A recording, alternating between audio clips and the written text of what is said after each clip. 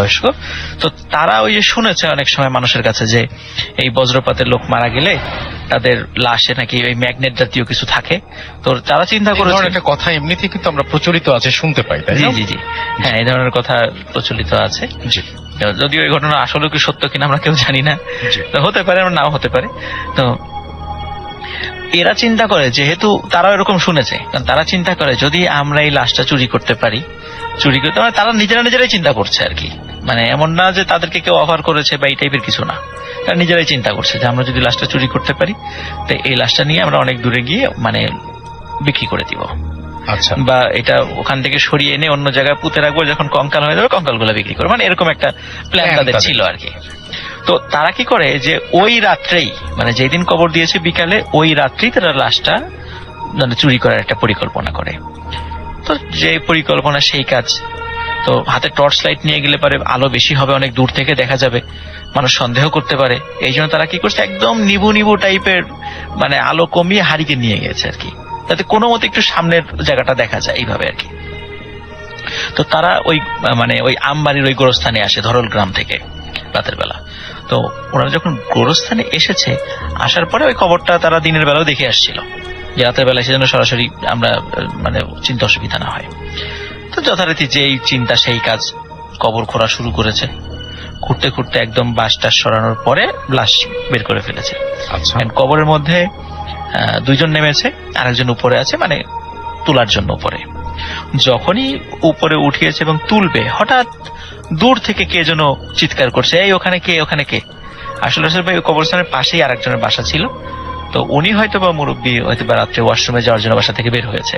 তো কবরস্থানের যেহেতু পাশে থাকার কারণে কবরস্থান সম্পর্কে মোটামুটি ধারণা আছে। হঠাৎ করে রাতের বেলা একটু আলো দেখে ওনার সন্দেহ হয় যে কি ব্যাপার। আবার আলোর আশেপাশে তো রাসেল ভাই কেউ থাকলে এবার অনেক দূর থেকে টের পাওয়া যায়। তখন ওর মনে হচ্ছিল কারা জানা কি করছে। আবার চিন্তা করছে যে গ্রামের সাধারণত এত রাতের বেলা তো লাশ দাফন করার কথা না, আর লাশ এত রাত্রে দাফন করলো রাসেল ভাই যে ওই সময় যে হেঁচাক বাতি ছিল, এখন তো দেখা যায় না, তো হেঁচাক বাতি নিয়ে আসে। তো এরকম কেন? তো উনি বলছে ওখানে কে।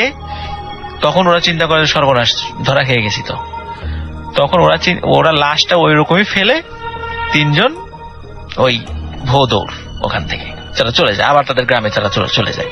তখন ওই লোক ওই কবরস্থানে এসে ওই হারিকেনের আলোতে দেখে যে এই অবস্থা, সকাল বিকালে লাশ দাফন হয়েছে এই অবস্থা।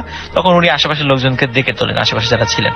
তো সবাই এসে আবার যথারীতি ওই পরিবার লোককে খবর দেয়। ওই রাতটাই আবার মানে ওই লাশটা আবার যথাস্থানে রেখে উপরে বাঁশ দিয়ে আবার ঠিকঠাক মতো কবরটা দিয়ে দেওয়া হয়। তো রাসেল ভাই, এই ঘটনার পর থেকেই আসলে মানে ঘটনাটার আর মানে মূল ঘটনা শুরু আর কি। যে তিনজন ওই রাত্রে বাড়িতে চলে যান এবং রাত্রেবেলা বাসায় গিয়ে যার যার বাড়িতে গিয়ে ঘুমিয়ে পড়েন। আর যেহেতু তারা ধরা পড়ে নাই, সুতরাং বলে দেয় যে এই ঘটনা যেন আমরা কখনোই কেউ না জানে, জানলেই তো অনেক সমস্যা হবে। আর রাসেল ভাই, এটা নিয়ে তারা অনেকে চিন্তাও করেন নাই, ওটা ছিল একদম অজপাড়া গায়ের মতো। তারা চিন্তা করছে হয়তো বা কাফন চোরের কাজ, এটা কাফন চুরি করতে আসছিল, পারে নাই, সিমিলার এরকম তারা মনে করেছে। তারা আসলে ওই ম্যাগনেট বা এই টাইপের কিছু এই ধরনের চিন্তা আসলে মানে গভীর চিন্তা করেইনি। জি জি, মানে ওইভাবে তারা চিন্তাও করে নাই যে এরকম হতে পারে। তারা কাফন চোর অনেক বহু আগে থেকেই তো এই ধরনের ঘটনা ঘটে থাকে। তো যাই হোক,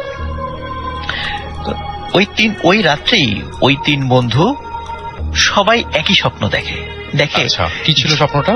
যে ওই যে লাশটা চুরি করতে গিয়েছিল, ওই লাশটার তো তারা চেহারাটা খুলে ফেলেছিল যে কেমন দেখা যায় আর কি, মানে যখন উঠাবে আর কি, তখন দেখে ওই লাশটা মানে বিভৎস চেহারায় এসে আস্তে আস্তে সাপের আকৃতি ধারণ করে। আচ্ছা, সাপের আকৃতি ধারণ করে ওদেরকে ধাওয়া করতে থাকে এবং ধাওয়া করার একটা পর্যায়ে তাদেরকে ছোবল মারে।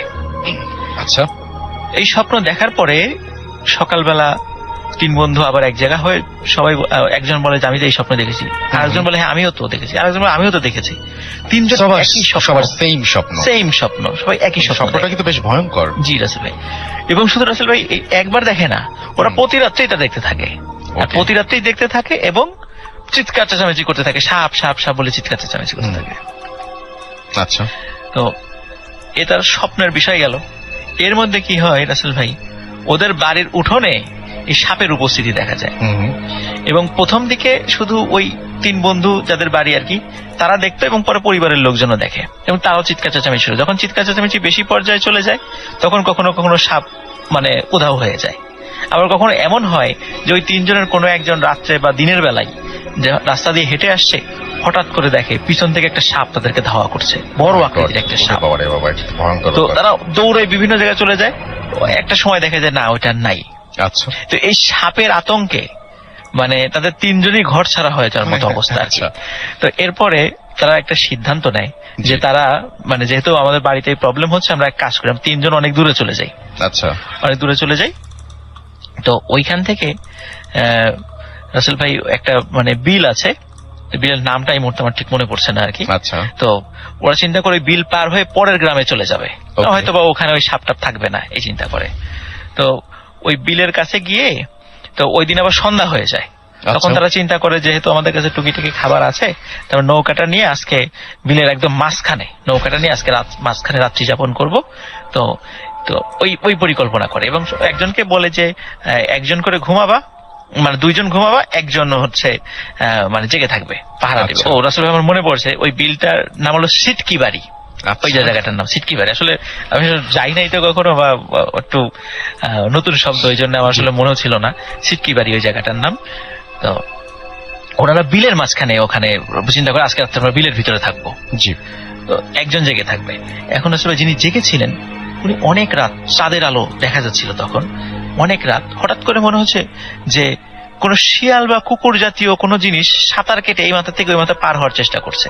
কারণ অনেক সময় আসলে যে শিয়াল কিন্তু পার হয়, তো যখনই রাস্তার পার মাঝখান হচ্ছে, দিয়ে আমরা মাঝে মাঝে দেখি জি অনেক জি জি, সময়। ওই বিলও পার হয় অনেক জি। সময়। তো তখন দেখছে যে শিয়ালটা মানে শিয়ালের মতোই জিনিসটা, ওই মাথাটা আর কি, মানে আস্তে আস্তে তাদের নৌকার দিকে মুভ করে আসছে। আচ্ছা তখন উনি চিন্তা করে কি ব্যাপার, এদিকে আসে কেন। উনি মনে করছে স্বাভাবিক, হয়তো বা আসে, মানে কোনো খাবার টাবার আছে এই চিন্তা করে হয়তো বা আসছে, বা নৌকায় আশ্রয় নেওয়ার জন্য ওঠার জন্য আসতেছে, সাঁতার কেটে ক্লান্ত হয়ে গেছে, এখান থেকে তারাই দিব। কিন্তু রাসেল ভাই যখনই ওই মাথাটা আস্তে আস্তে কাছে চলে এসে সাঁতার কাটতে কাটতে হঠাৎ করে দেখে যে এটা আসলে সেই সাপটা, যে সাপটা তাদেরকে তাড়া করতো, আচ্ছা। এবং সেই সাপটা একদম নৌকার উপরে উঠে বসে। এবার সে তারা বাস্তবেই দেখতে জি, পাচ্ছে এটা। একদম বাস্তবে তারা একদম নৌকার উপরে উঠে বসে, এবং সে যখন সাপ সাপ করে, সবাইকে যদি আরেকটু মনে করে দেন এই টাইমটা কেমন ছিল, কোন সময়টা? টাইমটা রাসেল ভাই রাত 1-2টার দিকে। 1-2টার দিকে। ওকে। তো তখন অন্য দুইজনও ঘুমের ঘরে চিৎকার করে উঠতে থাকে, এবং তারা ঘুমের ভিতরে এত ভয় পায়, এবং তিনজন একত্রে চিৎকার। আর রাসেল ভাই চতুর্দিকে ওইভাবে কোনো বাড়ি ঘর নাই, বিলের মাঝখানে। তখন ওই চিৎকার চেঁচামেচির একটা পর্যায়ে হয় কি, ওই সাপটা চলে যায়, জি। ওই নৌকা থেকে নেমে আস্তে করে আবার ঠিক যেভাবে আসছিল সবাই দেখছে ওইভাবে চলে যাচ্ছে। তো আসলে ভাই ওই যে ওই ঘুম থেকে ওঠার পরে যে দুইজন ঘুমাচ্ছিলেন, ওনারা আসলে এত ভয় পেয়েছিলেন, ওনারা মাত্র কয়েকদিনের মাথায় জ্বর হয়ে মারা যায়। এবং যিনি ওই সর্বশেষ যিনি জীবিত ছিলেন, কাউকেই কিন্তু রাসেল ভাই সাপে কাটে নাই, কাউকে কাটে নাই, ওনারা ভয়েই মারা গিয়েছিলেন। কিন্তু সর্বশেষ যিনি মারা গিয়েছিলেন উনি ওনার ফ্যামিলির কাছে গল্প করে গিয়েছিলেন আর কি। এটা ওনারা কিন্তু কাউকে, জীবিত দশায় উনি কাউকে বলেননি, কিন্তু পরিবারের লোকজন পরবর্তীতে এটা ডিসক্লোজ করেন যে তাদের এই অন্যায়ের কারণে এই ঘটনাটা ঘটেছিল আর কি। তো এটা রাসেল ভাই গোপালগঞ্জের কোটালীপাড়ার মোটামুটি আমবাড়ি এবং ধরল গ্রামের খুব মানে চাঞ্চল্যকর একটা ঘটনা।